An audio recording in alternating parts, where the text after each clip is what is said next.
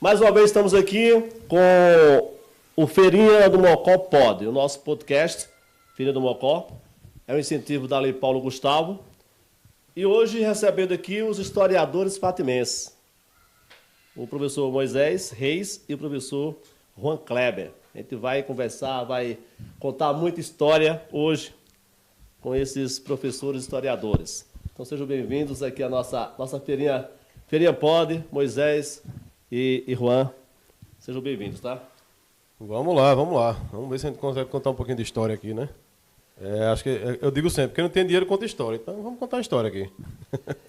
Bom, Moisés, historiador, pesquisador da história de Fátima e região, fundador do blog História de Fátima. E Juan, né? Juan é outro historiador. A gente vai saber um pouquinho qual é a diferença de um para o outro. O Juan Menezes, historiador da história local de Fátima, professor de história, criador e administrador da página do Instagram Fátima de Outrora.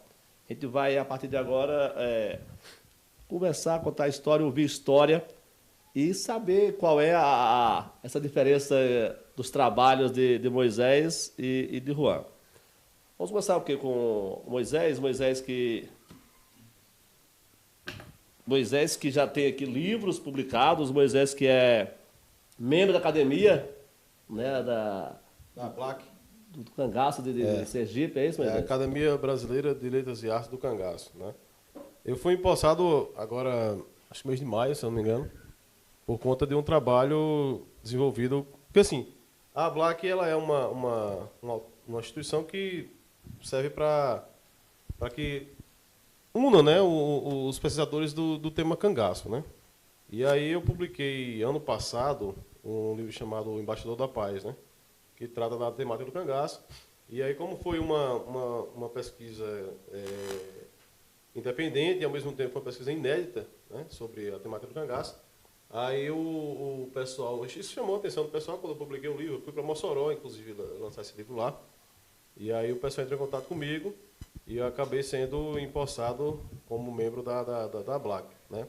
Esse livro, inclusive, trata de uma temática um pouco menos trabalhada na temática do cangaço, né? Que é o que a gente chama de as entregas, né? Que é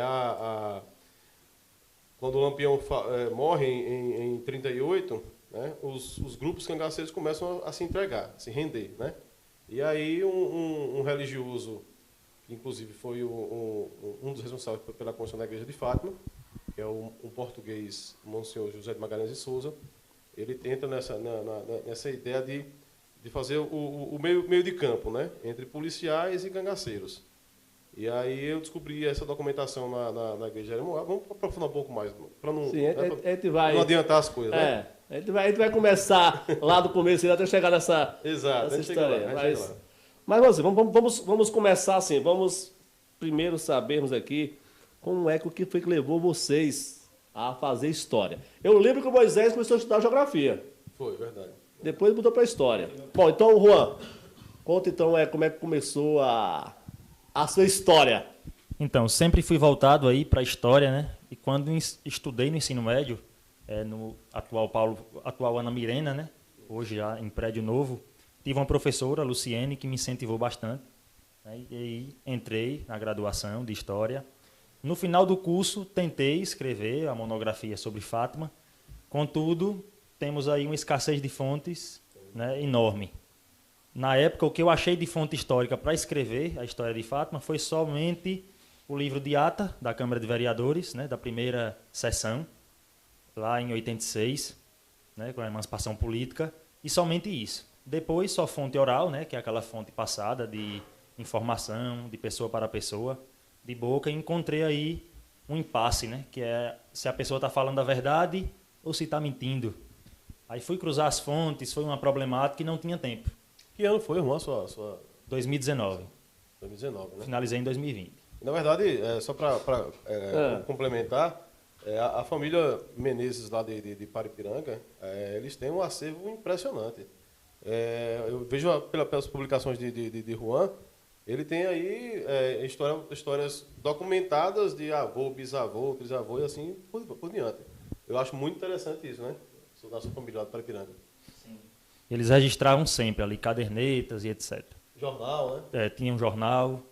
Então tá tudo documentado e foi o que mais me chamou a atenção, essa questão da fonte histórica mesmo, essa riqueza aí. Aí voltando para Fátima, depois da minha graduação, escrevi sobre os jornais que existiam lá na década de 50, né, na década de 20. Depois foi que Moisés abordou aí esse tema sobre a história de Fátima e começamos a trocar umas figurinhas aí. Moisés foi mais longe, né? Moisés conseguiu materializar esse trabalho dele, que é o livro, né? Eu ainda estou no âmbito digital, através do Fátima de Outrora, que é o Instagram. Publico lá histórias comuns, de pessoas comuns. Que é muito importante, na Que é verdade, muito importante. né? Porque o livro, ele tem um alcance muito mais limitado do que o que você faz no Instagram, por exemplo, né? Ali você tem um público muito maior. Eu vejo, acompanho lá a página, a Fátima de Outrora, e vejo a interação das pessoas, entendeu? Sobretudo quando você fala das famílias, né? Aquilo ali tem um engajamento enorme, então é importante demais. Porque no mundo que a gente vive hoje, o alcance de rede social como o Instagram, por exemplo, é muito maior do que um livro, por exemplo. Moisés, e você? Você eu conheci estudando geografia. Foi um professor, viu? Ele disse que eu que fui professor dele, né?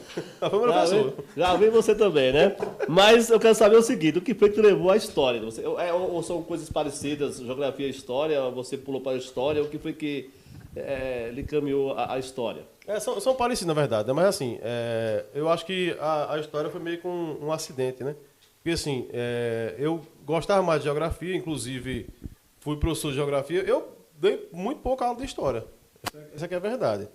Quando eu trabalhava aqui, antes de fazer uma graduação, Juan foi meu aluno de geografia, na verdade, né? Eu dava aula de geografia, conhecido como professor de geografia, né? E aí, quando eu pensei em fazer a graduação, eu fui para geografia, mas fui para a extensão da UFES, lá em Poço Verde. E eu achei desorganizado, acabei desistindo no meio do caminho. Quando eu disse, não, agora eu tenho que fazer uma graduação. Aí a opção que eu tinha na época era História na AGES. Eu sempre gostei de História também, né? Carlos César foi meu professor de História lá no Floriano em 2000. 10 anos atrás. Não, foi mais. 2000, foi 2000. 24 anos atrás? 24 anos atrás, Nossa né? Senhora. E aí eu comecei a fazer História na AGES e comecei gostei. E quando eu fui para o mestrado, a minha ideia era essa. Eu quero trabalhar alguma coisa que diga respeito à história de Fátima. E aí eu fui pegando gosto e estou aqui até hoje. Contando história até hoje. Contando história. Maravilha. O interessante de tudo isso é o acolhimento das pessoas, né, Moisés? Exatamente. Principalmente aqui em Fátima. As pessoas gostam de se ver dentro da história. Uhum. E aí a forma que a Juan, gente traz... e as pessoas não lhe param e falam assim, poxa, um cara tão novo assim, gostar de coisa velha? Verdade. Tem pessoas que desacreditam. Como é que você sabe de tudo isso? Onde foi que você achou? Como que a gente não pode ir até uma pessoa mais velha e fazer uma entrevista, né? Sempre então, perguntam. As pessoas, poxa, o cara que... O Juan, que é da época de Luan Santana pra cá, gosta de Valdir Soriano, gosta de... Causa estranheza, causa. Não, causa estranheza. Bom, então eu estou aqui com dois historiadores. Estamos recebendo aqui os professores Moisés e Juan Kleber no nosso podcast. O podcast é bom lembrar vocês que é o incentivo da Lei Paulo Gustavo. E denominamos de Feirinha do Mocó Pode. Então estamos recebendo aqui hoje os historiadores. O Moisés com livros publicados, né? O Juan, como já falou aí, tem a sua página, que é o Fátima de Outrora. Maravilhosas fotos temporais. Eu não sou de Fátima, mas conheço o Fátima através do seu trabalho, Juan. Sensação no Instagram, né? E realmente é bacana, né? Bacana isso aí. E parece que está espelhando outras cidades a fazer o mesmo. Depois que eu fiz essa minha, Roberto Santos fez de Paripiranga, fez de Adustina, Marcelo fez a de Cicero Dantas, já tem uma de Antas, tem uma da Ilha, somente da Ilha, que a ilha era para ter sido emancipada, né, Moisés? A ilha é antigona também. É mais antiga do que Fátima. Aí Moisés foi mais além. Você foi foi buscar as fontes um pouquinho mais obscuras, vamos falar assim. Porque disseram assim, é difícil conseguir informações, mas o professor Moisés consegue. Eu sou teimoso, Como né? Moisés? Você consegue? Qual é a sua tática para conseguir esses documentos? A tática é a teimosia. Eu sou dos reis, sou teimoso. Então, eu digo, sempre que eu tenho oportunidade, Juan, eu falo que o meu trabalho e o seu tem essa diferença, né? Você é bem mais focado para para a história oral, você trabalha muito mais a história das famílias, né? E eu acho isso muito interessante. Tanto é que o engajamento da sua página é grande e tem que ser, e vai ser maior ainda, né? Eu sou mais o historiador aquele de fuçar arquivo, né? Porque eu sou teimoso, eu sou curioso, né? E aí, a minha primeira fonte assim, importante mesmo de estudo foram os registros da Igreja de Cícero Dantas. Acho que foi a primeira fonte que, não, aqui tem coisa para sair, né? E sempre que eu revisito esses livros, que assim, veja bem, a prática da igreja é a seguinte, isso, hoje em dia tem até está até mudando isso, né? Eu percebi isso, que os padres não fazem mais aqueles registros como faziam antigamente, né? E assim, toda atividade da igreja, por regra, né? Por regra da instituição, é registrado num livro chamado Livro de Tombo. Fui fazer um batizado em tal lugar, registra. Missa tal dia, registra. E isso, para nós historiadores, é uma fonte, sobretudo para aqui, para nossa região, que tem muito pouca fonte, entendeu? E aí, a minha primeira fonte assim, foi os livros da Igreja de Cícero Dantas. Inclusive, o rapaz que me passou esse material foi Marcelo, de Cícero Dantas. Marcelo, ele é da Trindade, trabalha na Secretaria Paroquial da Igreja já há muitos anos. E ele é um pesquisador também. Cara, eu tiro o chapéu para o Marcelo, viu? Eu sempre falo isso. Ele é um cara muito focado. E ele me passou esses livros em PDF. Basicamente é isso. Tira a foto do livro, e aí monta um PDF e você vai lendo no computador. Aproxima e tal. Acho que esse óculos mesmo que eu não usava foi em virtude disso. Eu não usava óculos. Aí eu fui sentindo a vista cansada e tal por conta disso. E aí a minha primeira fonte foi essa, e a partir daí eu fui atrás de outros materiais, né? Outra fonte importantíssima, e eu digo isso até a título de sugestão para quem pretende pesquisar, são os arquivos do Arquivo Público da Bahia, né? Você tem processos crimes, né, antigos do século XIX, você tem livros de registro de casamentos, como é que chama? Quando a pessoa morre tem um inventário, né, da pessoa, entendeu? Eu, inclusive, encontrei o inventário da minha trisavó, você tem uma ideia, né? Então, esse material é o que me inspira mais a trabalhar, né? Eu acho que o meu caminho é mais por esse daí. E assim, a história tem vários vieses. Acho que o meu é esse, né? É uma coisa que eu gosto de fazer. E o meu foco, eu não sei se é o caso de Juan, mas o meu foco é sertão. Eu não quero pesquisar outra coisa. Eu não quero pesquisar a Segunda Guerra Mundial. Eu não quero pesquisar, sei lá, Guerra Fria. Eu gosto de estudar o sertão. Meu foco é isso. A Guerra do Sertão. A Guerra dos Facões.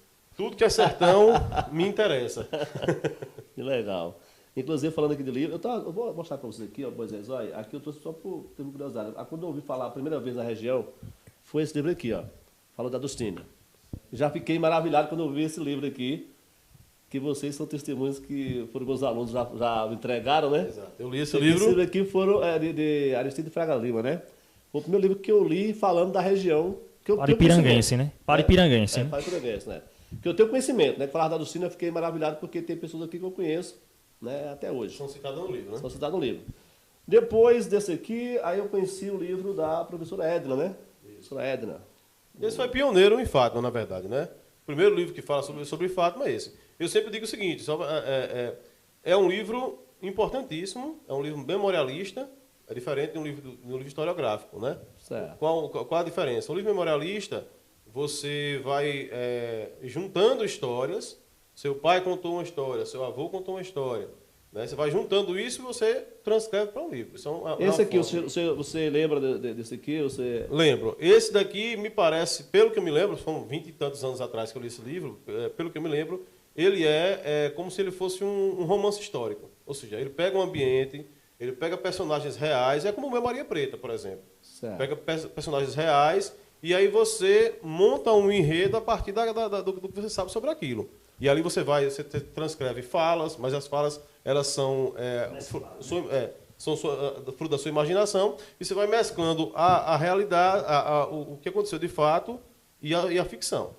Depois desse eu li também um de Roberto Santos, né, que fala sobre a Adustina. Eu não tenho ele aqui porque... Li também, você me prestou esse livro. Muito bom também. Então, você lembra como é que você caracteriza o de Roberto? O dele é um livro historiográfico também. Eu não sei qual é a formação de Roberto, mas o livro dele também é historiográfico. Por quê? Ele trata de fontes históricas, né?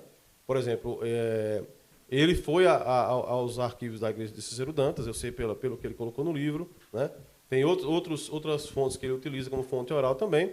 É um livro historiográfico. Não sei quanta formação dele, se ele é formado na área, mas ele tem mais esse caráter historiográfico. Se você olhar lá no rodapé, ele sempre traz onde ele consultou, como ele conseguiu. sim. Então, tem toda uma base aí, né? Recente, eu ganhei esse livro aqui, também fala de Fátima. Sim, eu tenho ele também. 100 anos de nordestino, que trata do seu Bastião, né? Caçador. Isso. Chegou a ler já o Sim, esse sim, aqui? já. Esse aqui, como é que você caracteriza esse aqui para o formato dessa... Esse ele é mais voltado para uma biografia, quase um trabalho de microhistória. Ele trata da história de Sebastião, né? E ele vai... a autora, ela é neta dele? É sobrinha, né? Sobrinha. Isso, sobrinha. Valderiz, não Valderiz Isso. Ribeiro de Andrade Vasques. E aí, a partir dele, ela vai tentando linkar histórias da região. Vai se assemelhar aí ao conto, né?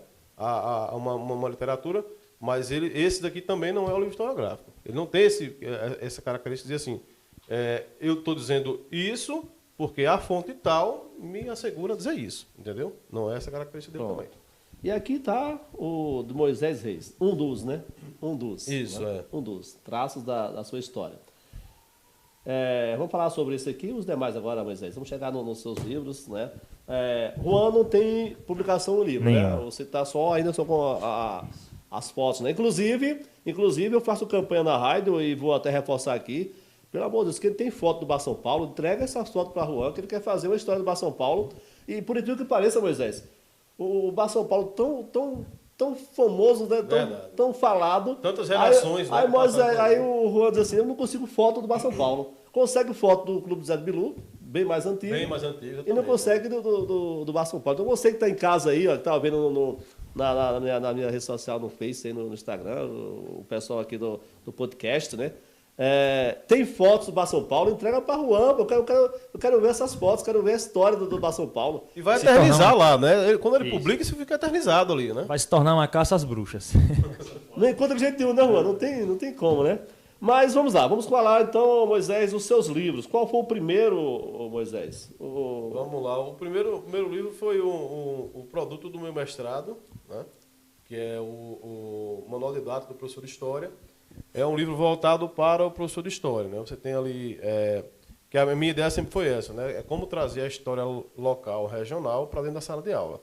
Então, lá eu trago, além daquela fundamentação, né? Aquela coisa mais acadêmica, eu trago as ideias de como o professor pode trabalhar a história local dentro da sala de aula, né? Eu acho isso muito importante porque o Juan sabe muito bem disso, ele também pratica isso, essa ideia de que para que o aluno aprenda, se você trouxer o exemplo do local, partindo dali das raízes dele, da família, da cidade, de monumentos históricos locais, a aprendizagem fica muito mais significativa. Essa é a ideia central, né? E eu vejo que o Juan também, na prática dele, ele tem essa ideia também, né? Então, esse foi o primeiro. O segundo foi um material também voltado para a sala de aula, chamado O Nazista, que ali eu faço um trabalho voltado para o professor de História, que está trabalhando nas temáticas da Segunda Guerra Mundial e da Guerra Fria, né? Como você trabalhar aquilo dali, na verdade, seria como se fosse um livro paradidático, né? Tem aquela questão do livro didático, mas você tem um material complementar, que é esse. Esse aqui é o terceiro livro, né? Sobre a história de Fátima. O seguinte é o Embaixador da Paz, esse que a gente tinha falado no início, que trata sobre a temática de cangaço. E o mais recente agora é o Maria Preta, né? Então são esses materiais aí que a gente vem trabalhando. Estou em alguns outros projetos. Estou, inclusive, desenvolvendo um livro com Dona Maria Rita. Juan também está nesse projeto também, né? Que é sobre a Igreja de Fátima, essa igreja aí, as origens da Igreja de Fátima, como foi que surgiu, tal. Né? E aí eu convidei a Dona Maria Rita para fazer parte desse projeto, porque eu acho que é a pessoa que mais indicada, né, para falar sobre a Igreja de Fátima é ela, né? E aí a gente vai pegar a parte histórica, ela vai entrar com aquela parte mais de vivência dela ali, dentro das atividades da igreja, né? Estou em outro trabalho também sobre cangaço. Esse está um pouco mais distante de ser terminado, porque Eu tô... assim, veja, para mim, para a gente que trabalha, que está aqui no sertão, é muito mais difícil. Porque boa parte da documentação está em Salvador. E você sabe, vai para Salvador é uma complicação, né? E aí eu tenho um material que está aí já para ser desenvolvido já faz tempo, já deu uma estagnada, mas tem que ir em Salvador ainda. Às vezes você vai em Salvador buscar uma documentação. Poxa, eu vou aqui, isso vai me ajudar demais. Quando você chega lá, não é o que você imaginava, entendeu? Porque assim, na página do Arquivo Público da Bahia, você tem lá as listas de documentos. Então tem lá, por exemplo, o inventário de Carlos César. Está lá. Eu sei que esse documento existe. Mas eu não sei como é que ele está, não sei o que é que ele fala. O documento está lá. Eu vou lá atrás desse inventário. Quando eu chego lá, muitas vezes não é o que eu imaginava. Ou é um Carlos César que é um homônimo, não era você que eu estava, né, interessado em estudar. E isso dá muito trabalho, né? E aí toda viagem a Salvador é gasto. É um dia perdido, entre aspas, porque você tem que ir lá e voltar a Salvador. Você tem que dedicar o dia a fazer isso, né? Mas é isso. Eu acho que a ideia é estar sempre atrás desse material e ser persistente. E desses temas aí que você traz aí, o que é que você... a reação de quem lê, que mais repercute? Na minha opinião, eu posso dar a minha opinião aqui, porque eu faço trabalho com você na rádio, né? A gente faz aquele trabalho lá. Uhum. Quando eu falo em cangaço, o pessoal participa, né? Gosta, né? Assim mesmo, o cangaço é que mais repercute? A base também é o trabalho que a gente fazia aqui, né, na rádio. A gente fazia toda terça, não era? Fazia semanalmente aí algum artigozinho. Agora sim, Moisés. O Maria Preta também chamou muita atenção, que era uma região, né, ali em Nonato, que muitas pessoas tinham curiosidade de saber. As curiosidades são incríveis aqui, que o pessoal... escravidão e Moisés publicava trechos no Facebook e o alcance ali também era enorme, principalmente do pessoal mais antigo. É verdade. E ele trouxe ali à margem a questão do Severo Correia, que foi um senhor de escravos que estava esquecido aí no tempo. Através do livro de Edna, a gente conhecia um pouco da história, só que bem resumido. E Moisés foi lá buscar um link e conseguiu achar muita coisa aí sobre Severo. Então vamos colocar o empate, então, o cangaço e a história da... eu digo isso, porque pelo trabalho que ele estava na rádio, né, que a gente vê sempre quando o Moisés falava em cangaço, o pessoal ficava...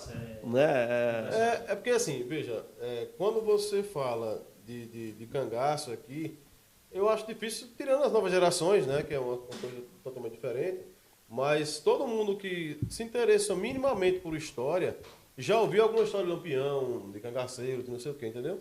Então aquilo dali, eu acho que o primeiro ponto é esse, que as pessoas achavam que isso é algo muito distante da nossa realidade, de fato, por exemplo, algo... Isso é que eu critico na história, né? Você está na sala de aula trabalhando um tema da história, é como se aquilo, para o aluno, fosse algo de outro mundo, sabe? Um aluno perguntou uma vez, professor, isso aconteceu de verdade? Cara, isso aqui é história, entendeu? Porque o distanciamento entre o aluno e aquilo que está sendo trabalhado é enorme. E aí, já o cangaço tem essa característica. O cangaço, ele já ouviu alguma coisa, já ouviu o pai falar que o meu avô encontrou com o Lampião, e Lampião fez não sei o quê, entendeu? Então, eu acho que isso causa esse link, como o Juan fala, né, esse link para um interesse muito maior. E a gente já fez trabalho, eu fiz trabalho, inclusive, no Idivânia, recentemente, acho uns 2 anos atrás, sobre cangaço, com as turmas de EJA, que são turmas diferenciadas, né? É uma metodologia totalmente diferente. E a gente via o engajamento do pessoal para tratar de cangaço. São alunos que não costumam questionar, por exemplo. E na nossa fala lá na Câmara, o pessoal levanta a mão para perguntar. Não, e Lampião, não sei o quê. E Lampião teve aqui, e tal. Então acho que o cangaço realmente ele engaja muito, né? Eu que vivo um pouco desse mundo da pesquisa do cangaço, o cangaço tem paixões. O povo é apaixonado por cangaço, entendeu? Eu tenho 2 grupos aqui, pelo menos, de pesquisadores. Quando alguém lança um livro, só olha, nesse livro tem informação do assunto X da temática do cangaço. O povo fica doido. Não, eu vou atrás. Por isso que eu perguntei a você, por isso que eu tô...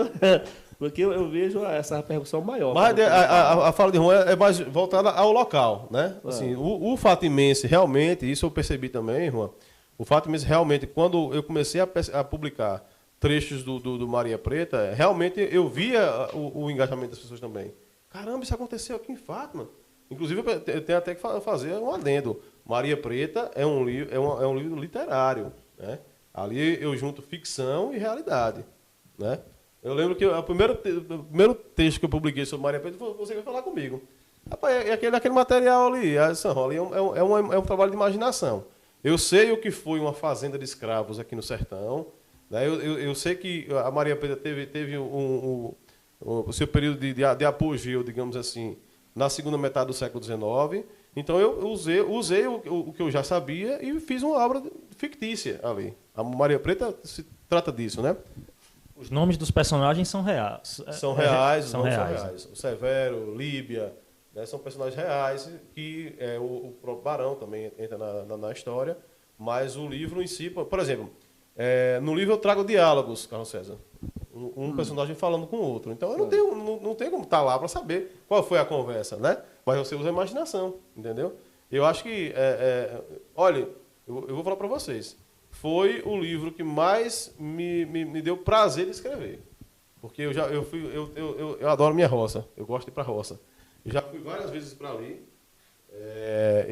e sentei olhando para a roça e fui imaginando e escrevendo. Foi o material mais gostoso de produzir, foi esse, Maria Preta. E assim, escravidão a gente pensa que está muito longe, né? E esteve tão perto aqui. Porque Exatamente. Tivemos Severo Correia aqui e tivemos também Antônio de Anjo, que eu até frisei aqui. Antônio de Anjo era o avô de Dona Marialda de Zé Borges. No caso, ele era dono de escravos em Cicero Dantas, né?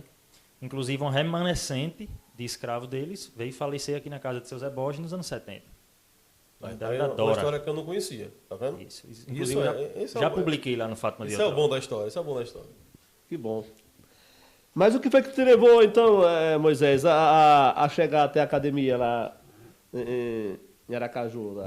Qual foi o livro? Como foi? Isso, o livro foi o Embaixador da Paz, né?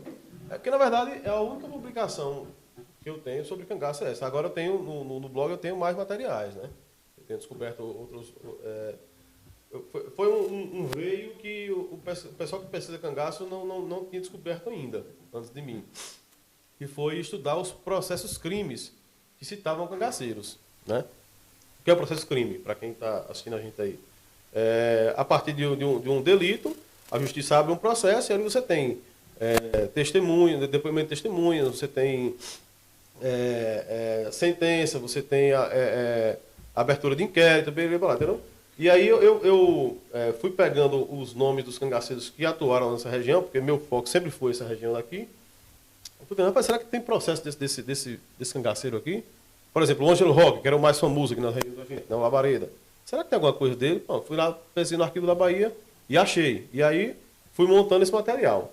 O livro O Embaixador da Paz, que foi o que me encaminhou para a Black, ele foi um acidente, cara. Um acidente também. Eu tenho um amigo lá de Jeremoabo, o Rafael, fez graduação comigo na AGES. E eu, Rafael, rapaz, fala com o padre de Jeremoabo, rapaz, para eu conseguir acesso aos livros daí. Estou querendo pesquisar e tal. Jeremoabo é uma cidade antiguíssima, né? E eu desconheço, não sei se você conhece, eu desconheço qualquer livro que fala sobre Jeremoabo. Isso é incrível, cara. Jeremoabo, depois de Itapicuru, é a cidade mais antiga da região, né? Inclusive, esses dias eu publiquei um material também sobre essa diferença. Jeremoabo tem 100 e poucos anos de emancipação política e Cicero Dantas tem 164, bem depois, né? A questão foi a emancipação. Jeremoabo, sendo bem mais antiga, se emancipou politicamente depois de Cicero Dantas. E aí eu, falando com esse colega meu, rapaz, conversa com o pessoal da igreja, rapaz, isso é a ideia dele, né? Olha, o pessoal daqui é fechado demais para essa questão. Eles não abrem espaço, tal. Aí ele disse, olha, tem uma coisa. Eu trabalhei lá na igreja e certa vez eu peguei os livros, fui tirando foto e guardando no computador. As fotos das páginas dos livros, né? Foram 2, inclusive. Aí eles manda para mim. Aí eu fui pegando aquelas páginas, estava de férias na época e fui vendo. Né? E aí me deparo com esse material. Que era o quê? Eu estava falando no começo. Veja. Lampião morre em 28 de julho de 1938, certo? Depois que Lampião morre, é como se as estruturas do cangaço começassem a ruir, né? Por exemplo, quem era coiteiro, quem ajudava cangaceiro, começa a ter medo de ajudar, porque o Lampião né, o máximo, a maior figura do cangaço, né? E aí o pessoal que fornecia armamento, munição, começaram a não querer mais ajudar. Então, percebendo aquilo, os outros grupos de cangaceiros, como o Ângelo Roque, como o Curisco, como o Juriti, né, Balão, esse pessoal começa a dizer, acho que não dá mais para atuar no cangaço, então vamos tentar se entregar. E alguns começaram a se entregar. Jeremoabo era uma sede regional, Jeremoabo chegou a ter 600 policiais ali em Jeremoabo para atuar contra o cangaço. E você pensar isso em 1930 é um número enorme, é um exército, né? E aí o pessoal começou a procurar Jeremoabo para fazer as entregas, para se render, né? Então vamos acabar com isso e tal. E aí é natural que exista uma desconfiança entre policial e cangaceiro. Os caras não confiavam no outro de jeito nenhum, né? O clima que predominava era a desconfiança. E esse padre, o José de Magalhães de Souza, ele entra na jogada para ser o intermediador. Né? Ele começa a conversar com o tenente Aníbal da época, que era o chefe da época, começa a conversar com o tenente, e aí ele manda um recado para um cangaceiro que está no mato. Entendeu? E aí é uma coisa interessante, o padre sabia onde é que os cangaceiros estavam, a polícia não sabia. Porque o padre tinha rede também dele, né, de contatos. E aí ele começa a fazer isso, né? Chama o pessoal, vamos conversar, tal. Eu garanto, não, venha que eu garanto que ninguém vai lhe matar, beleza? E aí essa história toda ela está escrita nos livros de Jeremoabo, por esse padre. Está toda documentada. E aí eu cito isso no livro. Ele sabia exatamente o que ele estava fazendo. Ele sabia que aquilo ali era uma questão histórica, que aquilo ali ia entrar para a história. Tanto é que, em determinado momento, ele cita lá, ele conta uma parte da história, aí embaixo ele coloca: para a eterna memória, lanço aqui nesse livro. Ele sabia exatamente que aquilo ali era uma ação histórica, que ele chamava de pacificação do sertão.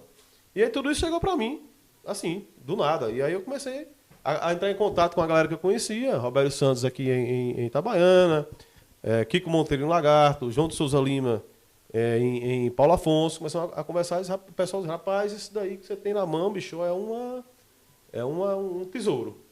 E aí eu fui e comecei a produzir material. Comecei a escrever o livro e tal. Publiquei um ensaiozinho no blog. O Roberto Santos, inclusive, que Roberto, você conhece, César? Ele é de Itabaiana. Roberto, ele tem o maior canal do mundo, né, sobre cangaço. O canal dele chama-se Cangaço na Literatura. Se eu não me engano, eu tive uma palestra com ele quando estava na Agis. Me parece que já teve por lá já. Nessas... Roberto é referência nacional. Roberto, inclusive, vai sair agora uma minissérie agora, chamado... Como é que, meu Deus, o nome da minissérie? Sobre cangaço, que eu não lembro mais o nome. E ele é o cara que faz a questão histórica, né? Ele já esteve na Globo, né? É um cara muito famoso, inclusive. E aí ele pegou esse material meu, fez um programa do canal dele, né? E teve uma repercussão danada. Inclusive, quando eu lancei o livro, ele comprou o livro, ele sorteou um ou outro e ele começou a divulgar. Esse livro eu vendi até para o exterior, Embaixador da Paz, né? Até para a Espanha eu mandei um material desse daí. Então, assim, esse livro aí foi o que realmente me colocou no mundo do cangaço, assim, da pesquisa do cangaço. Embora eu sempre diga, eu não sou pesquisador do cangaço. Eu pesquiso do cangaço aqui na região. Se eu vou perguntar sobre o cangaço... Foi essa repercussão que te levou até a... Foi, a Mossoró. Isso, também. Porque... Foi essa repercussão desse livro que desse te livro. levou desse livro. A ser membro da academia. Né? Isso. Quando eu lancei o material, aí me convidaram para fazer o lançamento dele em Paulo Afonso. E logo em seguida, eu confirmei que eu ia para Paulo Afonso, mas logo em seguida tem um evento nacional chamado Cariri Cangaço. Antigamente acontecia uma vez por ano, hoje acontece 2, 3 vezes por ano, ou até mais, inclusive. E aí o pessoal da organização disse, rapaz, venha lançar seu livro aqui em Mossoró, no Rio Grande do Norte. Eu não sabia nem que faz Mossoró. Eu disse, deixa eu ver aqui onde é que fica Mossoró. Rapaz, quase 900 quilômetros daqui. Aí eu tenho uma mulher que sempre me apoia do que eu faço, né? Aí ela disse, vamos, então vamos. Aí vamos para Mossoró. Lá eu conheci muita gente desse mundo do cangaço. E aí, logo em seguida, o presidente da ABLAC, o Arquimedes, daqui de Aracaju, ligou para mim, bateu um papo e tal. E aí ele me fez a proposta. Não, Para mim é uma honraria. Isso já há 2 anos atrás, né? E aí agora, no mês de maio agora, foi marcada a nossa posse e eu fui para Aracaju. E hoje sou membro da academia com a cadeira número 14. Muito bem. E parabéns de novo, né? Obrigado. Ô, Juan, e no seu trabalho Fátima de outrora, você já tem quantas histórias catalogadas lá já estão lá Catalogadas, eu acho que eu tenho quase umas 400. Como é que faz? Você fala de postagem, né? As postagens assim no seu catálogo lá do Fátima, né? Fátima de outrora. E como é que faz? Algumas pessoas já me questionaram aqui, me perguntaram como é que faz para chegar até você a divulgação de tem uma família tal, quer publicar, é você que vai atrás dessas histórias, Geralmente, ou alguém da família tem que enviar para você? Geralmente, muita gente envia pelo próprio direct ali do Instagram, né? Manda as fotos. Ou pelo WhatsApp. Isso, ou pelo WhatsApp, manda um áudio explicando, ou até mesmo outra pessoa mais velha contando, ou já manda o texto completo. Diga, por favor, mandem, podem mandar. E por favor, podem mandar. De preferência do Bar São Paulo. Isso aí, de preferência do Bar São Paulo. Até agora não chegou nenhuma. Não chegou nenhuma, é Não, incrível, é incrível. Rapaz, a quantidade de foto incrível. que Juan já colocou, de foto histórica, que ali foi, como eu digo, ali foi eternizado. O que está publicado ele está eternizado. A quantidade de foto histórica que tem ali, cara, é demais. E eu fiquei assim, estarrecido, como não diz, porque no início da minha pesquisa, 2019, não achei nada. Eu recorri a 3, 4 pessoas e todo mundo dizia, não tenho, não tenho. Aí quando fiz o Instagram, essas mesmas pessoas surgiram lá com uns 3 álbuns, 4, repletos de fotos, que achava que não prestava para nada e que serviram muito. Porque ali as pessoas se veem ali, né? É meu avô, meu bisavô que está ali, né? Então eu quero que a história da minha família também apareça ali. Porque como virou uma vitrine, né? Isso é que é o importante. E muito bom isso aí. Juan, e do seu Instagram para o livro, seu livro que vem por aí, vai vir livro Eu aí. tenho algumas ideias assim, Vai vir livro por aí. principalmente de Tem que compor um vai vir livro feito com fotos. Sim. Fotos, relatos mesmo assim, trechos de relatos orais. Fica muito bonito Eu e acho que fica você muito pegar, interessante. se você juntar ali o que você já tem publicado ali, já dá Basta imprimir, né, já meu? dá. É só juntar, compilar. Juntar, compilar, organizar e já era. Já dá. Eu quero dizer para vocês que eu sou fã dos dois. Eu gosto demais. Eu gosto de história. Eu sempre gostei de história. Eu gosto de ouvir, de contar história. E quando vem assim, com esses embasamentos, é muito rico. Eu quero avisar para vocês aqui que estamos com o Feirinha do Mocó Pod. É o podcast Feirinha do Mocó que tem incentivo da Lei Paulo Gustavo. Recebendo aqui os historiadores fatimenses, Juan Kleber Menezes, ou Juan Menezes, e Moisés Reis. Professores, historiadores fatimenses, estamos aqui Contadores de contando história. e ouvindo história aqui desses professores aí. Bom, eu quero que vocês fiquem à vontade para contar a história como vocês queiram aí, viu? Fiquem à vontade aí, como vocês... Eu sei que Moisés falou muito aqui de povoamento do sertão, os nomes de Fátima, ferrovia fantasma. Tem tanta coisa aqui que a gente... De início, eu quero contar aqui um Diga, caso que diga aconteceu aí. comigo com o Moisés. A gente foi entrevistar um senhor em uma casa e outra que estava junto disse bem assim, vem falar de morto. Isso faz parte. Isso faz parte. Faz parte. Sim. E a coisa que eu realmente, isso Juan é muito, muito melhor do que eu, que é chegar nas pessoas para bater um papo. Ele é muito bem relacionado, né? Sim. E aí, para chegar nas pessoas para conversar, eu sou mais travado para isso. Porque tem hora que, cara, se você chega na casa de alguém e ser mal recebido, eu fico com medo danado disso acontecer. E aí, é tanto que na minha pesquisa eu tenho muito pouco de história oral, ou seja, de história contada, né? Tem muito pouco disso. Mas o Juan vai mais para esse viés e ele faz muito bem. Então, inclusive, você me cedeu um material interessante uma vez, na entrevista com o seu Antônio Menezes, com Dona Brinco, né? Então, isso é que ele entrevistou e transcreveu. Então, vou ter mais facilidade. Tem mais trânsito. Eu sou mais travado com essas coisas. Inclusive, o professor Marcos falava assim, rapaz, você não entrevista ninguém e tal, e eu ficava meio assim, porque eu realmente sou meio travado para essas coisas. Mas conte uma dessas que o Juan contou aí, conte uma que você que você tem essa lembrança aí. Assim, a primeira coisa é da pessoa negar. Não quero não. Eu posso ir aí para conversar? Não venho não. Isso já me tira de tempo, como diz a história, né? Aí essa senhora, inclusive, estava lá, e a primeira pergunta que eu fiz foi, e o marido dela estava receptivo, né? Porque geralmente, os idosos gostam muito de contar a história, mas outros idosos também não gostam, né? E a primeira pergunta que eu fiz foi, o que era a curiosidade que eu tinha, é um senhor de mais de 90 anos, o que é que ele lembrava da construção do cemitério aqui. Aí foi onde a senhora dele disse assim, vixe, vai falar de morto? Eu digo, se eu estiver sozinho, já ia embora. Mas Moisés, foram não, está sendo muitas descobertas, né, aqui para essa região. Bastante. Né, muitas descobertas e vai ter muita coisa, porque assim, você nunca esgota a história de um período ou de um local.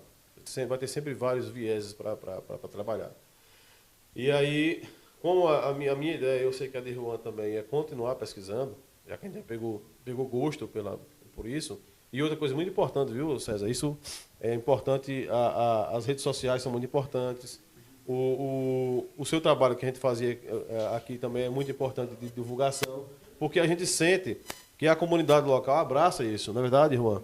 Isso é importante demais, porque assim, poxa, eu estou fazendo um trabalho que eu acho que você vive também isso na sua profissão aqui de radialista. Eu estou fazendo um trabalho que eu não vejo retorno, ninguém comenta, ninguém diz nada, né? E aí eu acho que isso desencoraja. Mas com as redes sociais, que a gente vem divulgando material, a gente vê a empolgação das pessoas, né? Inclusive, um dia desse, Rafael, de Zizinho, ele disse, rapaz, minha mãe é sua fã. Tudo que você publica, ela lê e comenta. Seu Eduardo Pires, um dia eu cheguei na padaria, engraçado isso, quando eu publiquei o material da bomba aqui, né? Da construção da bomba. Foi os livros de Ciro Dantas, né? Eu li garimpando, encontrei um relato do padre Renato Galvão, da perfuração do poço aqui da bomba, né? E aí da inauguração e tal. E aí eu chego na padaria, tá seu Eduardo lá na fila na minha frente, comentando com outra pessoa, todo empolgado, do texto que eu tinha publicado no blog, e eu atrás dele. Eu fiquei só escutando, né? Então, isso é o tipo de coisa que faz com que a gente continue trabalhando, continue pesquisando, né? E aí, eu vou continuar pesquisando, acho que o Juan também com certeza vai estar nesse caminho também, né? De estar em busca de material e tal. Eu pretendo, já tenho essa ideia já há algum tempo, de fazer uma expansão do raio da pesquisa, né? Eu pretendo trabalhar a história do sertão. Estou com a cabeça para o ano que vem ingressar no doutorado. O tema é sertão. Eu não quero estudar outra coisa. Meu tema é sertão, entendeu? E aí, se der certo meu planejamento, eu vou ainda entrar num material ainda mais abrangente sobre a história do sertão. E aí, quando fala de sertão, vai entrar cangaço, vai entrar messianismo, vai entrar várias situações que são intrínsecas aqui dessa nossa região, que eu aprendi a amar demais, entendeu? Eu gosto de estudar isso aqui, porque eu me vejo ali, né? Eu vejo meus antepassados, vejo os costumes que a gente tem ainda hoje, né? Citei, por exemplo, a nossa relação com a cultura do gado. O que é que os nossos jovens gostam de vaquejada, de cavalgada, antigamente missa do vaqueiro, que hoje em dia não tem mais, né? Por que é que isso acontece? Então, você perceber como nós chegamos a ser quem somos, como nossas raízes nos trazem a ser o que nós somos na atualidade, isso para mim é maravilhoso.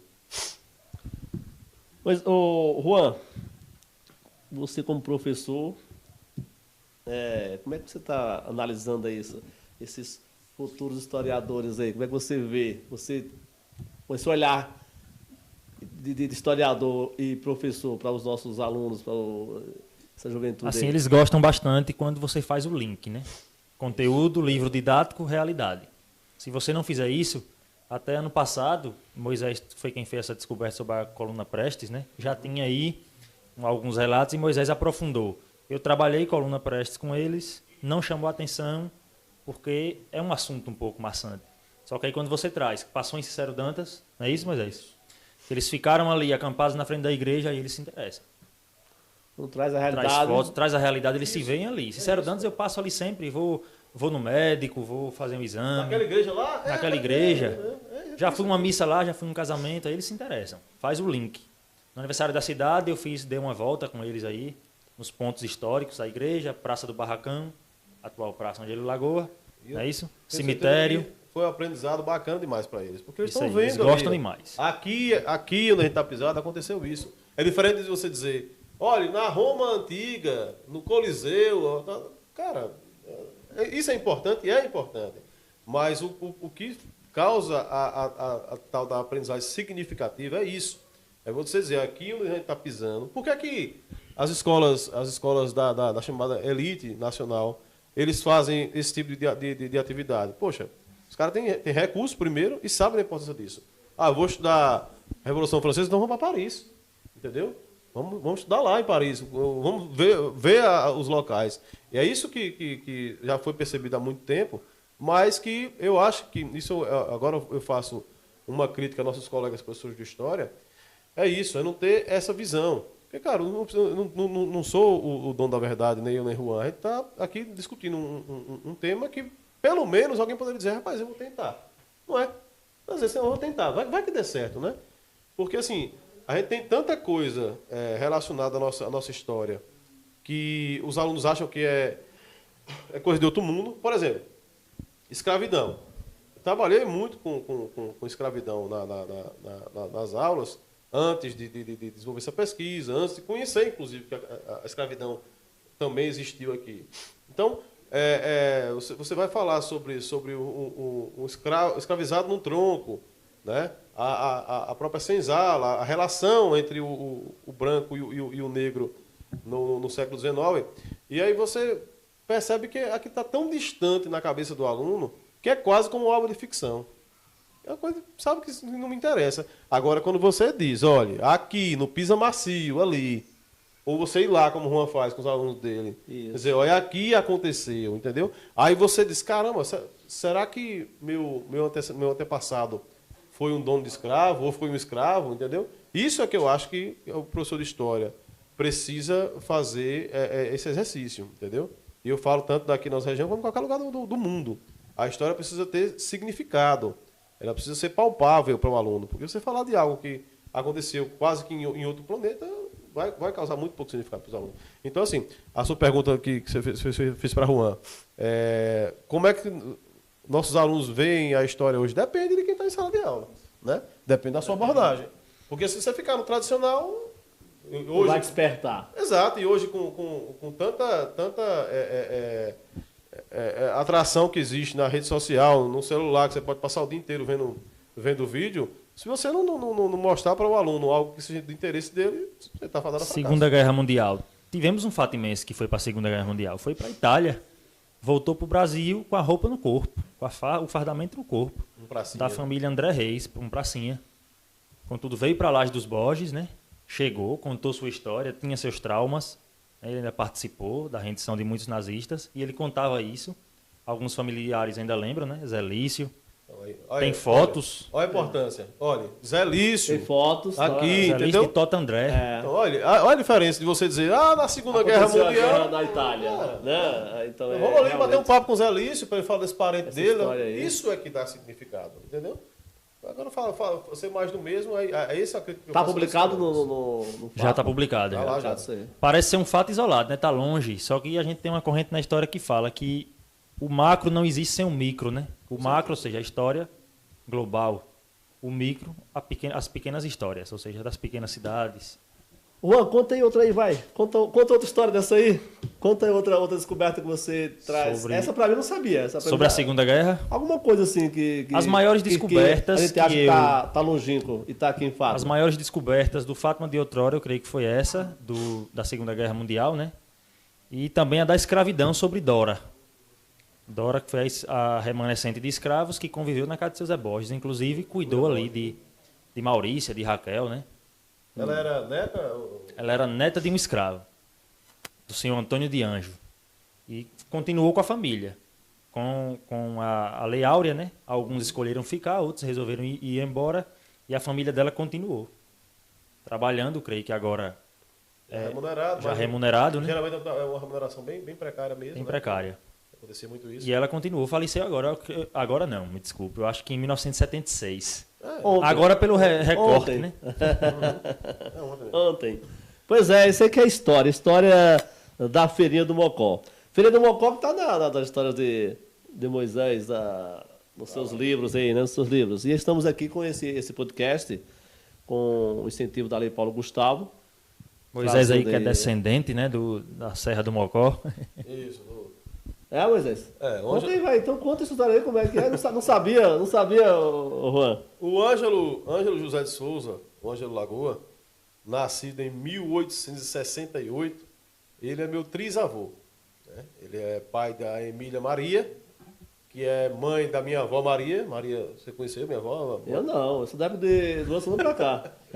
Avó, Quem conheceu foi o Juan aí.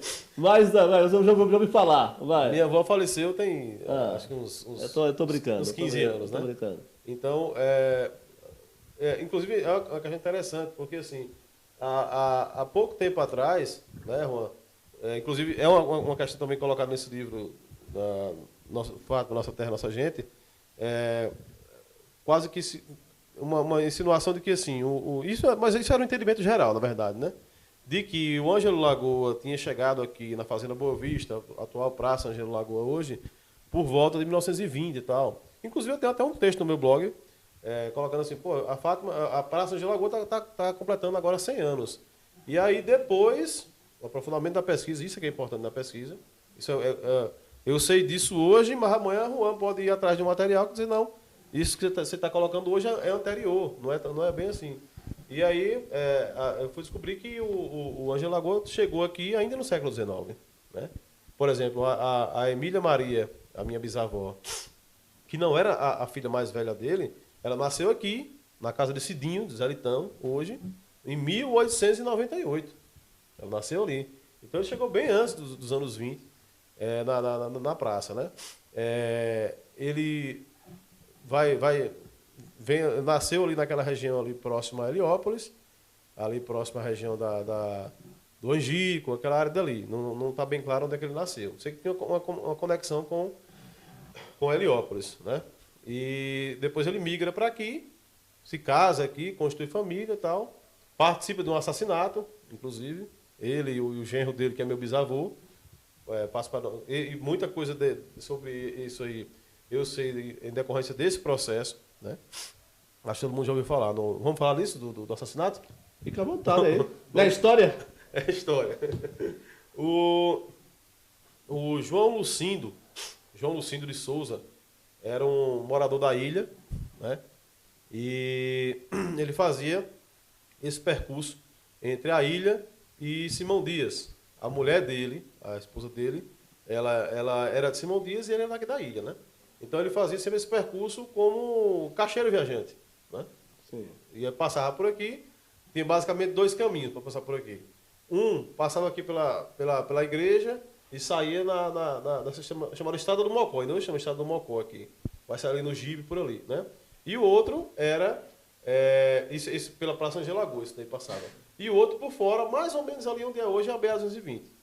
Passava por aí, para até Simão Dias. Era uma vereda, um caminho estreitinho, né?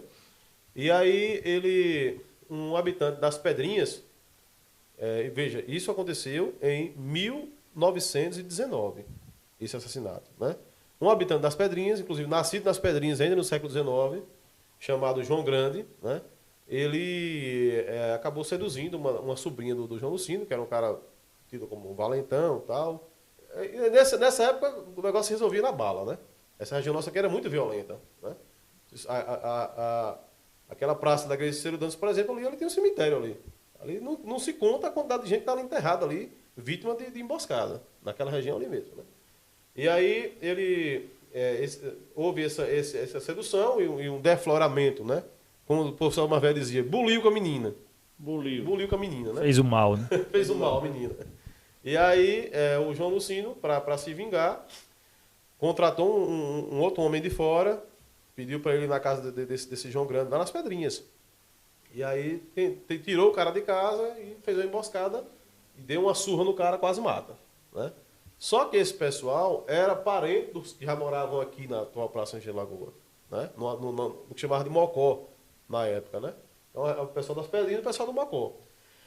Inclusive no processo tem o testemunho do Ângelo Lagoa, Ângelo José de Souza, morador do Mocó, nascido total, entendeu? E aí, dessa surra que ele deu no rapaz, quase mata, os parentes disseram, não, isso não pode ficar assim, nossa família está sendo desonrada, né? E aí juntou uma galera daqui, de fato, mais ou menos uns 8 homens, e fizeram uma emboscada, quando o Gelucino vinha de Sergipe, ele sabia que ele fazia esse percurso, ele vinha de Sergipe, ali onde hoje é a igreja Assembleia de Deus, existia uma cruz ali até 30 anos atrás, essa cruz existia ali. Acho que um pouco mais, 40 anos atrás, mais ou menos. Aí não existe mais, depois que construíram a igreja não existe mais.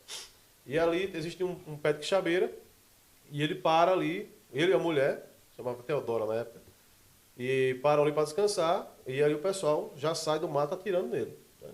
Mataram ele, inclusive, alguns queriam inclusive matar a mulher também, mas não, deixa a mulher viva. E aí, tudo isso gerou um processo crime. Seu Eduardo, uma vez, eu conversando com ele entrevistou algumas pessoas e foi me passando as informações que o povo lembrava, né?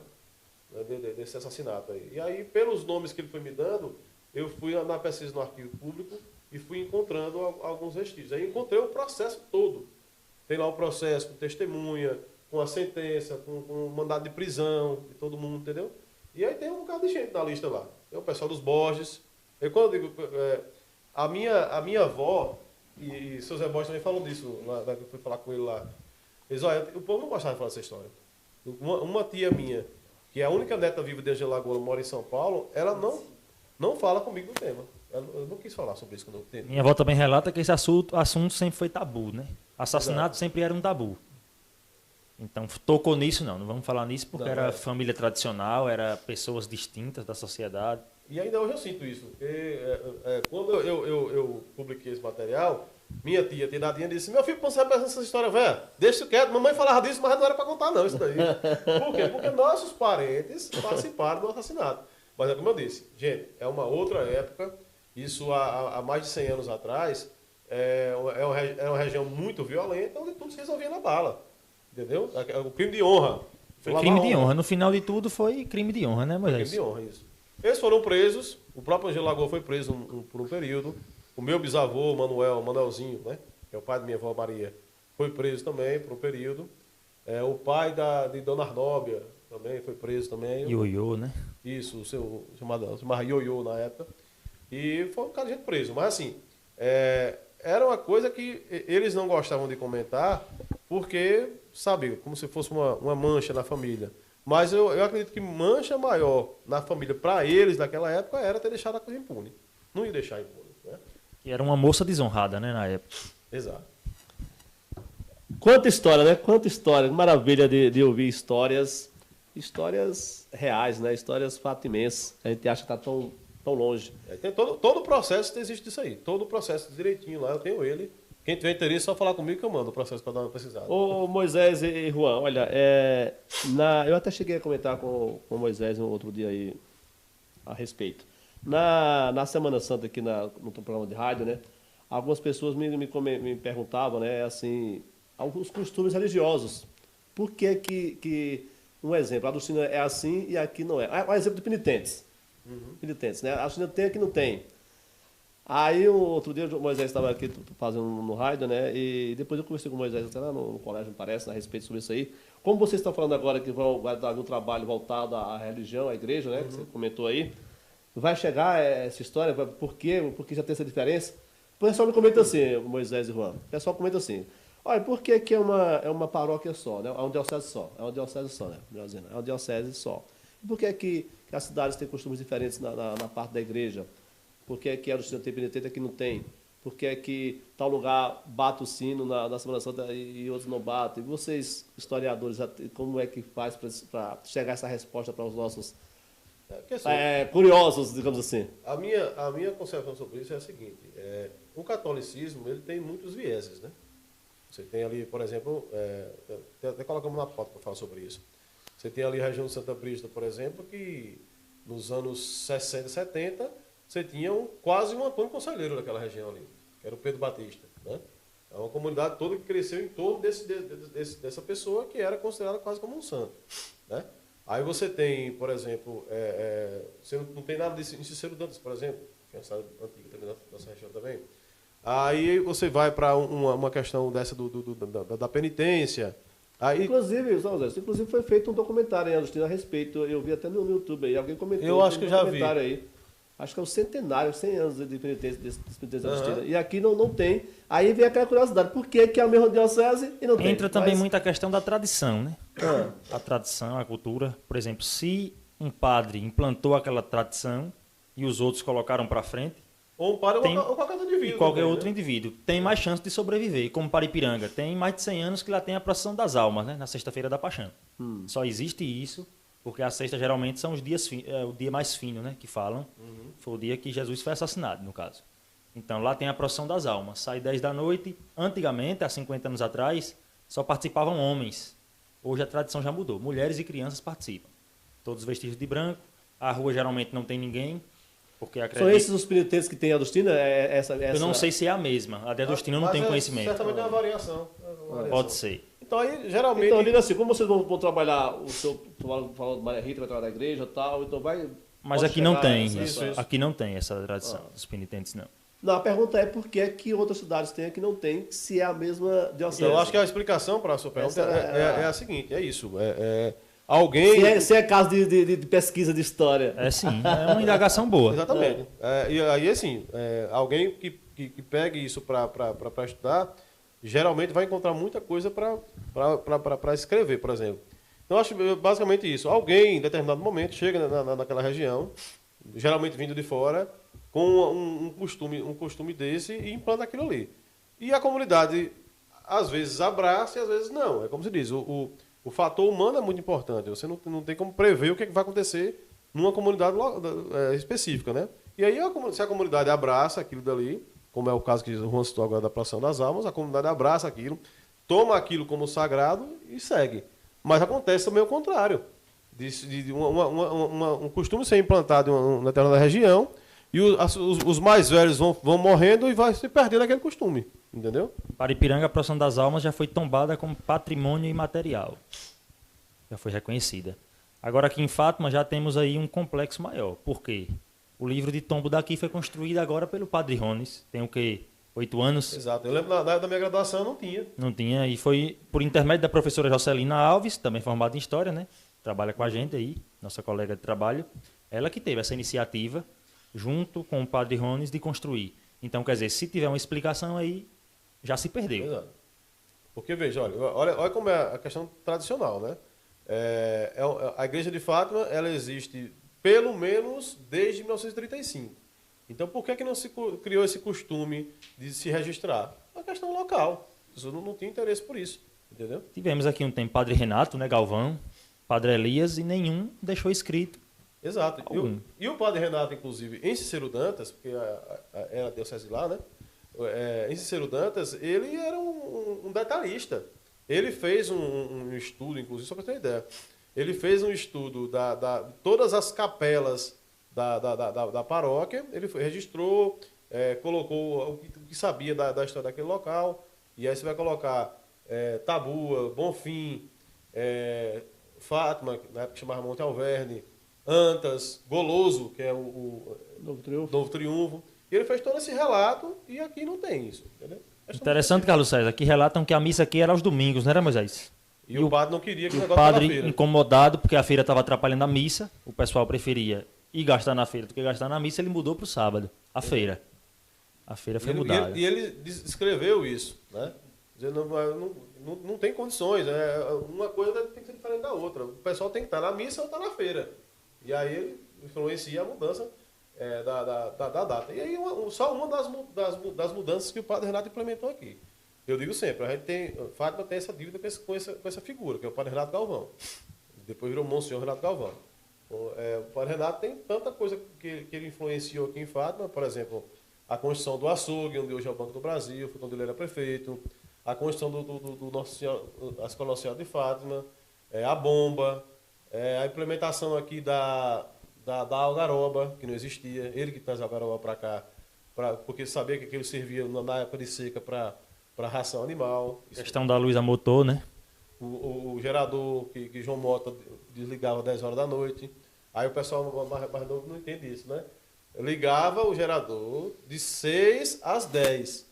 Na bomba ficava ali. E aí 10 horas, iluminava os postes, só a iluminação pública, né? Aí meu sogro, já me conta, meu sogro lembra disso. Ele disse que quando era perto das 10 ele dava 3 sinais. Desligava e ligava de novo. Primeiro sinal. Aviso. Desligava e ligava de novo. Aí depois de... Dá tempo de chegar em casa. Vai embora pra casa. E aí pronto, desligava e o Fátima voltava à escuridão de novo, entendeu? E aí acabou, aí vai todo mundo para suas casas. Agora, na residência não tinha energia ainda, era só pública. Porque tinha um gerador ali na bomba, um gerador a diesel que fornecia a energia para os postes. Falar de Fátima sem falar de João Mota é quase João Mota. impossível, né? João Mota da bomba, da filha da bomba. Era o cara que era o articulador político dos Vieiras, né? Ele tomava conta ali da bomba e, no caso, a água era um serviço para todos, só que chegava a ser regrado por conta da política. Porque tínhamos aqui a divisão, né? Vieira, João Maria. Então, quem era João Maria, a água era em menos quantidade. Quem era Vieira, podia encher uma carroça. São histórias de Fátima, né? Eu ainda cheguei, quando criança, aí na bomba buscar um baldinho de água. Eu cheguei a fazer isso ainda, quando criança. São histórias de Teve Fátima. outra figura ilustre aí, que certa vez a bomba estava fechada por conta de política mesmo, né? E Pedro Baiano, conhecido como Pedro Marreta, Pedro Barreta. veio, pegou a marreta, ele quebrava a pedra, né? Quebrou a porta da bomba, foi preso, mas foi solto no outro dia. Deu uma Por marretada, intermédio uma de marretada de João 5 quilos, acabou com a porta da bomba. Mas foi aclamado pelo povo. Agora você imagine, César, a importância da construção daquela bomba. Olha, nós tínhamos aqui, além das aguadas, né, dos tanques, das fontes, o pessoal mais velho, nem hoje chama o pessoal mais velho de fonte, né? Que são os tanques para armazenamento de água. Nós tínhamos o sítio e a nação, que foram construídas ainda no século XIX, né, por mão de obra escrava, inclusive. E aí você tinha alguns tanques particulares. Ou seja, não existia segurança hídrica para o Monte Alverne, né?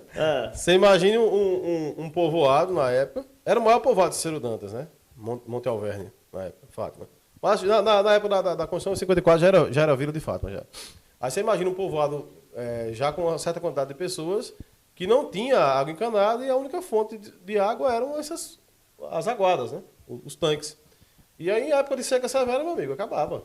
Entendeu? O povo ficava... Eu tenho um relato de uma seca em antes, meu Deus do céu, aquilo ali é coisa de outro mundo, rapaz. O pessoal com caminhão-pipa, isso é o próprio padre, Monsenhor Magalhães, que faz esse relato. O pessoal com caminhão-pipa e o povo correndo atrás do caminhão-pipa com um balde de água. E aí, de repente, o caminhão acaba a água, que eram os túneis que colocava em cima, e aí ficou tarde lá em Antas, né? Ele relatando que era o padre Jeremoabo, inclusive. E aí eles tiveram que dormir lá, porque estava tarde e tal, e eles não dormiram à noite, porque o povo, a noite inteira, virando os tonéis para ver se conseguia pelo menos um gole de água. Aí você imagina a seca. Isso em 47. Aí você imagina a importância que foi a construção desse poço aqui. Então, em 1954, o padre Renato vai atrás do prefeito de Ciro Dantas, acho que era João Batista, não lembro o sobrenome, era João Batista o nome dele, para perfurar esse poço aqui, né? E aí feita várias perfurações ali na praça onde é a praça da igreja hoje, aqui de Fátima. Inclusive até a última reforma da creche, existia um tubo lá ainda fechado, e aí depois arrancaram, que era dessa perfuração original, entendeu? E aí foi feita várias perfurações e não conseguiram encontrar água. E aí a prefeitura desiste disso, mas o padre insiste, convoca a comunidade, paga a perfuratriz para vir mais uma vez, né? E aí é quando ele consegue perfurar abaixo de 120 metros esse poço que hoje a gente conhece como bomba. Então você imagine, aquilo deu segurança hídrica para a população. A partir daquele momento a população de fato não passa mais sede. Você imagina a importância que foi isso. E aí ele, inclusive, no dia que ele sabe da perfuração, do que foi encontrado água, ele vem de Ciro Dantas para cá para presenciar a água jorrando ali, né? Na inauguração oficial, que foi em 1959, veio jornal para cá, tem no blog publicado isso, aqui no livro também tem foto de jornal fazendo a cobertura. Ele relata que foram mais de 2.000 pessoas que vieram para prestigiar a inauguração da bomba. João Maria, na época, era vereador, fez a recepção na casa dele, a comitiva veio deputado, veio mesmo de gente, engenheiro do Denox, para fazer essa inauguração desse posto. Então, essa é uma das obras do padre Renato Galvão, que o Ciro Dantas tem um Monsenhor Galvão, né? O nome é uma homenagem a ele. Na época ele funda o Monsenhor Galvão, o que é hoje Monsenhor Galvão, ele funda como Instituto Bom Conselho. Ele funda isso nos anos 50 ainda, né? E depois vira a escola. E aí eu não desconheço alguma homenagem que o município de Fátima fez a essa figura. Ele merecia uma praça com o nome dele, uma rua no mínimo, entendeu? Padre Renato Galvão. Ele faleceu em 94. Ele foi prefeito de Cícero Dantas por 2 anos. Na época ele foi prefeito, inclusive, eu tenho os decretos também para a construção do açougue, para a construção do Colégio Nossa Senhora de Fátima, né? E aí ele, depois da construção do açougue, por exemplo, que essa rua, que a Avenida Nossa Senhora de Fátima já vai se desenvolver a partir dali, porque antes era basicamente esse núcleozinho ali e umas casas espaçadas, né? Aí chamava-se Rua Nova na época. Minha avó ainda chamava Rua... Ainda algumas pessoas ainda chamam de Rua Velha, né? A Praça Ângelo Lagoa. Chama de Rua Velha. E aí, a partir daquela construção, daquele açougue municipal, a feira que era no barracão da atual Praça Ângelo Lagoa, passa para ali, para aquela região. Você vai lembrar quando a feira era ali, eu lembro. Eu lembro. Quando a feira da feira eu lembro. Não tem muito tempo, não. Rua não lembro, não. Você lembra? Não tem muito tempo, não. Fui para a feira ali. Quando eu me entendi por gente, já era ali na... Eu estava falando para você como é que Juan, essa criança, gosta de coisa velha, né? Não, mas essa criança... Aí tá no DNA. Uma curiosidade que Moisés falou que a Praça do Barracão era Rua Velha. E a Praça da Igreja, você sabe como se chamava? Não. Diga vai. Moisés lembra? Não. Eu até já relatei. Agora. É da sua época isso aí. Vai quem quer. Vai quem quer. Vai quem quer. Que era muito violento ali, era um local muito violento. A Praça da Matriz. Eu, quando cheguei aqui, tinha...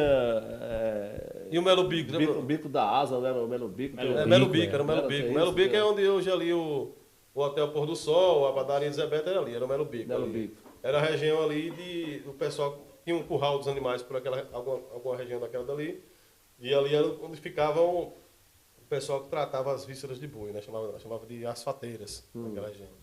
E era uma área que ninguém queria ali, ninguém queria para aquelas bandas lá. A pobreza também era braba, né? Porque hoje, viviam daquilo. Hoje é um dos metros quadrados mais caros da cidade. Aquela região. É verdade. Ô, Juan e Moisés, falamos aqui de livros, de documentos escritos, e nessa parte de cinema, filmes, né? Filmes, registros, filmes, né? Eu li alguma coisa a respeito, quando falava da região aqui, na novela Mandacaru. Mandacaru, eu li alguma coisa por aí que retratava um pouco de Paripiranga. Não sei se vocês chegaram a ler alguma coisa a respeito aí ou ver. E outro filme também, não sei se já chegou até vocês aí, quando o filme lá de Canudos fala alguma coisa de Cícero Dantas, de Fátima. O filme fala do Bom Conselho, entendeu? Como sendo o local onde o Antônio Conselho vai quebrar as tábuas com os impostos, né? E isso aconteceu de fato, mas inclusive eu publiquei, está para sair agora um artigo meu e de Marcelo, falando sobre a entrada de Antônio Conselheiro no Bom Conselho, né? É citado no filme isso aí? Mas assim, tudo indica que aquilo dali aconteceu em Nova Açores. O fato mais famoso dele aconteceu em Nova Açores. Chamava, meu Deus, como era o nome do local? Natuba. Chamava Natuba na época. Então tudo indica que ele aconteceu em Nova Açores. Mas é muito provável que tenha acontecido também em Cícero Dantas. Mas o fato que ficou para a história, ele se deu em Nova Açores, entendeu? Agora, o Antônio Conselheiro, inclusive, ele entra em Cícero Dantas, né? A data eu não vou lembrar, 1893, 4, por aí. Ele entra em comitiva em Cícero Dantas, tinha a guarda católica, 12 homens vestidos de azul, tal, e era quase um desfile. A ala da guarda católica, a ala de não sei o quê, ele no meio com o cajado, ele entra triunfante em Cícero Dantas. Inclusive o juiz da época, o Arlindo Leone, que acabou sendo um desafeto histórico dele, ele ficou refugiado na fazenda do Raimundo Corrêa de Souza, que é o irmão de Severo. Ele ficava ali indo para Serra Grande, chamava-se Fazenda Olaria. Hoje não se usa mais esse nome, não. E aí ele fica refugiado lá e não vai para Cícero Dantas enquanto o conselheiro não vai embora. Eles eram desafetos. E sobre a novela Mandacaru, que Eu não lembro que referência é essa não, César. Que A fala novela eu que, me lembro, a que novela... Paripiranga, que fala que Zé Bedeu diz lá a história que... Eu vi alguma coisa escrita por aí, sabe? Algum comentário que aconteceu em Paripiranga. Qual a referência eu não lembro, mas Você não é- lembra? Nunca ouvi falar. Mas não é difícil de imaginar, não. Como a novela Mandacaru, eu lembro... É porque você não lembra da novela, Juan. Era com aquele Bem-vindo Sequeira e tal. Isso. Ele era o Zé Bedeu, né? Zé Bedeu. Isso, como a novela tratava da temática do cangaço, e Paripiranga tem uma longa história com o cangaço, deve ser alguma coisa nesse sentido aí, né? Paripiranga tem, inclusive, fotos de Paripiranga com as cabeças de cangaceiros, que foram mortos na região do Riacho, aquela que seu Sebastião falou pra gente. Sim. Depois eu fui descobrir. Aquelas mortes ali, a morte de Mariquinha, Chofreu e Pé de Peba. Morreram ali na divisa entre Paripiranga e Coronel João Sá. Né? Inclusive ainda existem, como ele mesmo disse, existem as cruzes lá, ainda existem. As cabeças foram arrancadas dos mortos e levados para Paripiranga, entendeu? E o marido da Mariquinha, que era o Ângelo Roque, ele se vinga do pessoal lá, também tem as cruzes desse pessoal ainda ali. Né? Então Paripiranga tem fotos de volantes, né? Você publicou essa foto também, Juan? Uma passagem de uma volante ali em frente à igreja de Paripiranga. Paripiranga que é o antigo nome de... Patrocínio do Coité. Isso, E antes então, Malhada Vermelha. Justamente. Então, essa passagem do Coité é o que cita na novela. Entendeu? Que houve uma rebelião lá do Zé Bedeu. Ficou lá um tempo em Coité. Entendeu? Então, o pessoal comenta que ali seja a... Deve ser uma coisa relativa ao cangaço. Paripiranga tem uma longa história. Tem, inclusive, alguns cangaceiros. Fica a sugestão para depois você fazer uma pesquisa aí e publicar no Fátima de outrora aí. Bom, gente, olha, história tem muito para contar e ouvir. Me surpreendi com o tempo que já Demais. passou. Eu só tenho a agradecer a vinda de vocês aqui e dizer que se você quiser contar mais alguma historiazinha aí para fechar, pode fechar. Mas eu acho que a gente não deixou de falar de João Maria, né? Diz Que aí, é, vá, É pronto. importante, é verdade. muito importante. Vamos lá. João Maria que foi o percussor aí, né, da luta política, conseguiu desde cedo ganhar adeptos aí, essa política emancipacionista, Político de fato. habilidoso. Habilidoso, né? Era chamado de a raposa, né? A raposa da política. Então ele desdobrou e conseguiu. Não era um cara de posses, não era um homem de muitas posses, contudo, com a ajuda de pequenos comerciantes, fazendeiros, ele conseguiu fazer muitas viagens aí, conseguiu policiamento, conseguiu médico para a vila.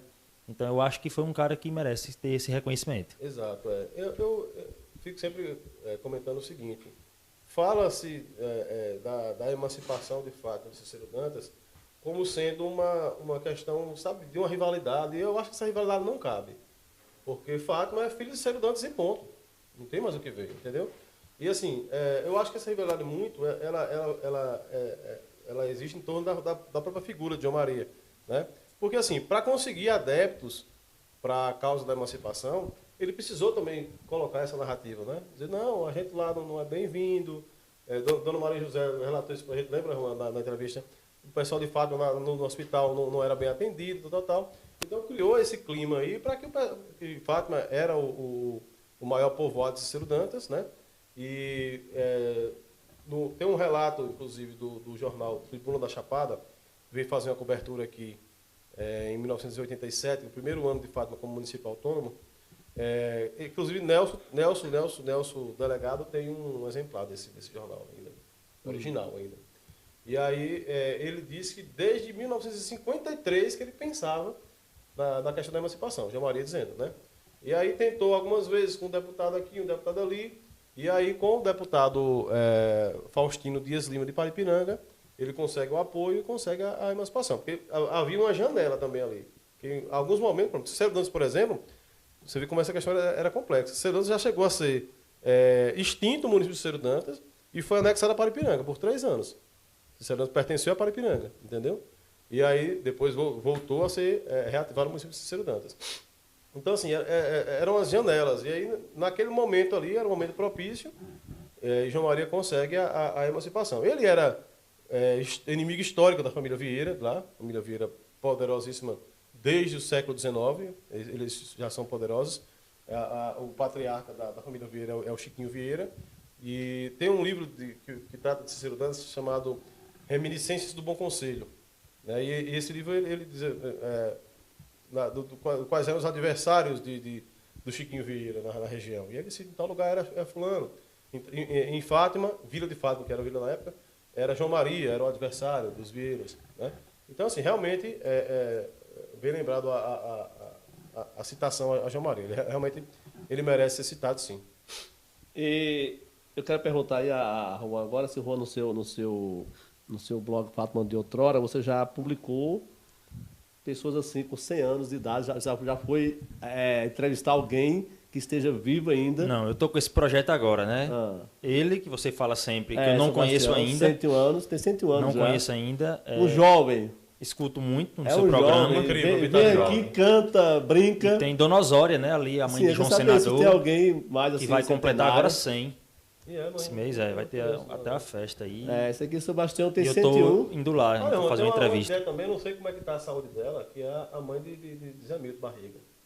A mãe, a mulher Eu acho que ela já é bem debilitada. Já. Se ela tiver... O marido teve uma passagem com o Lampião, alguma coisa assim, né? Sim, era da Volante. O marido dela, Antônio Tito, era da Volante. Aí, assim, o que acontece? Vocês tem algumas coisas do Liberino Vicente, que é o pai de Liberato, ex-delegado de Fátima, tem muita coisa sobre ele, né? Mas sobre os outros, que era Antônio de Tito, por exemplo, não tem nada. Eu lembro de Antônio de Tito, eu lembro dele, já velhinho, idoso, debilitado. Meu pai me mandava fazer jogo do bicho na casa dele, aqui na Praça da Igreja. E eu lembro dele deitado na cama, já debilitado. Mas assim, inclusive o Beto, Beto é genro dele, né? Eu bati no papo com o Beto, mas o Beto disse, não, rapaz, não tem muita coisa, não lembro de muita coisa. Ao que parece, a mulher dele também realmente não tem mais condições de relatar mais nada. Mas tivemos três volantes aí em Fátima. É o Liberino Vicente, o seu Antônio de Tito e o pai de Tintinho, marido de senhora, chamava Barba Preta. Agora, sobre esses dois não teve nenhum relato, entendeu? Então, assim, se pudesse ter alguma coisa para você levantar a respeito de Antônio de Tito, que ninguém tem, né, nenhum relato, assim, não sei se o próprio Barriga tem alguma coisa para falar. Deve ter, né? Não sei. Vou tentar chegar Pois nesse pessoal. Eu quero sobre os centenários... Eu quero ver no Fátima de Outrora esses centenários. Sobre os centenários, só tenho 2 até agora em mente. É ele e Dona Osória. Estou aí tentando fazer uma busca para saber se tem mais. Seu Zé Borges já está perto também de 100, né? Seu Zé Borges? Zé Borges acho que é 93 ou é 94. Bom, gente, então é isso. Eu agradeço aqui aos historiadores Moisés e Juan por estar aqui com a gente no Feirinha do Mocó Pod. Desejo sucesso para vocês sempre e estaremos juntos, se Deus quiser, nos próximos. Só tenho a agradecer aqui a vinda ao nosso podcast. Estamos aí à disposição. E sucesso sempre. Muito Para obrigado. contar a história com a gente mesmo, né? Muito obrigado, Moisés. Valeu. E é isso, a gente fecha por aqui essa edição do Feirinha do Mocó Pod. A todos um abraço e até a próxima edição. Valeu.